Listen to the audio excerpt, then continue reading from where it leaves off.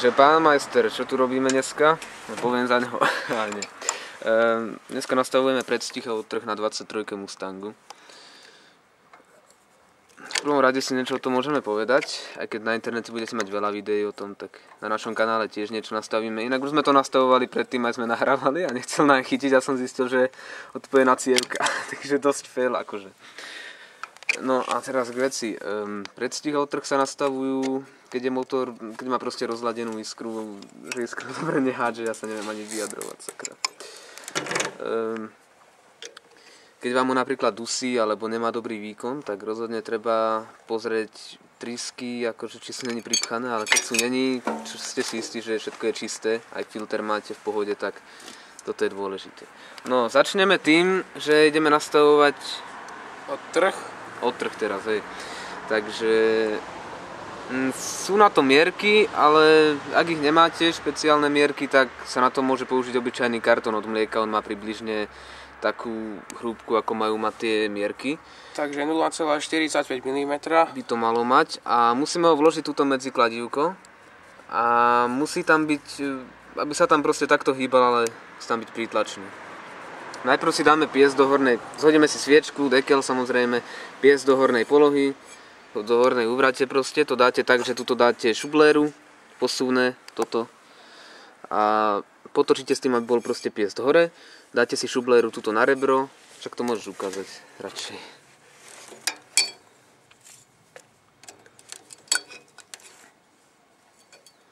Áno, a takto a máte to tam vtedy nastavené tým hĺbkomerom vlastne.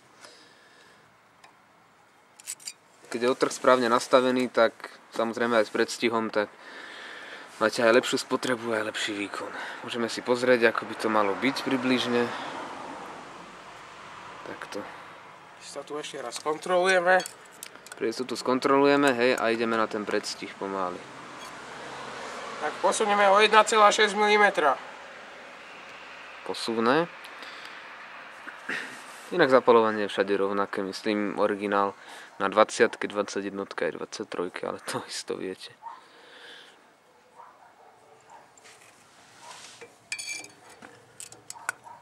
Ako vidíš, je tam medzera.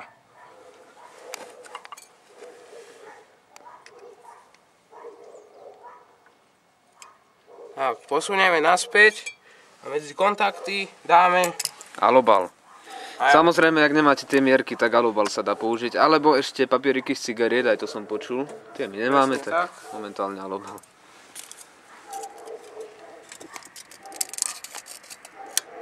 Tak. Ja som si ho medzi... No, keď tam dáme alobal, tak musí tam nie držať napevno, ale musí sa tam hýbať medzi tým takto vidíte, nejako. Takto, áno, by to predstih je trošku veľký, tak ho trošku musíme znížiť. No hej, musí to tam... Ja to nevidím, kurní. Musí sa to hýbať akože, no, medzi tým. Zase to nemôže byť úplne voľné.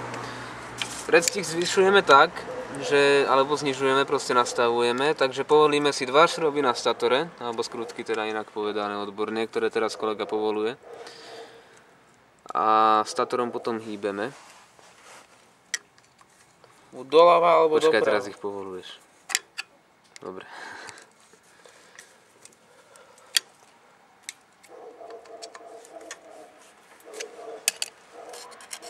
No už je to lepšie. Vidíte, takto by mal byť nastavený.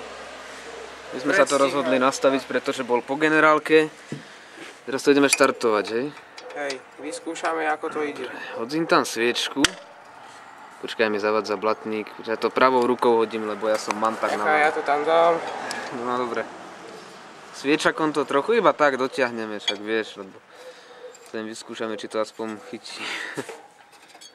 Inak on dneska ešte nebežal, že? Jak sme to teraz nastavovali? Ešte nebežal dneska. No, sakra. Sme ho chceli chytiť a ako som hovoril na začiatku, tak mal tú onu cievku odpojenú, tak sme to zapojili. Ja tam mám zlý konektor, ho budem musieť vymeniť. Už sa mi aj baterka vybije na kamere. Má dosť benzínu. Tak, štartuj. Vyskúšať.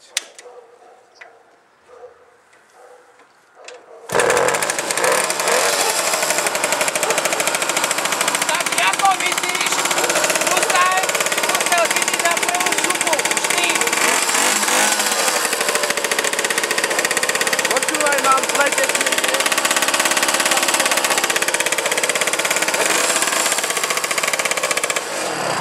Budem musieť dať tesnenie pod výfuk, lebo sa z toho dymí, a keby udil v udiarni. Inak hučí to trochu, lebo som spravil 4 dziery na výfuk, ale inak je to v pohode. Dobre, takže sa uvidíme pri ďalších videách. Dúfam, že sa vám toto bude páčiť video.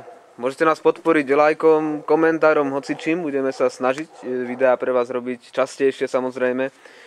A uvidíme sa pri ďalších. Takže adios a mier s vami.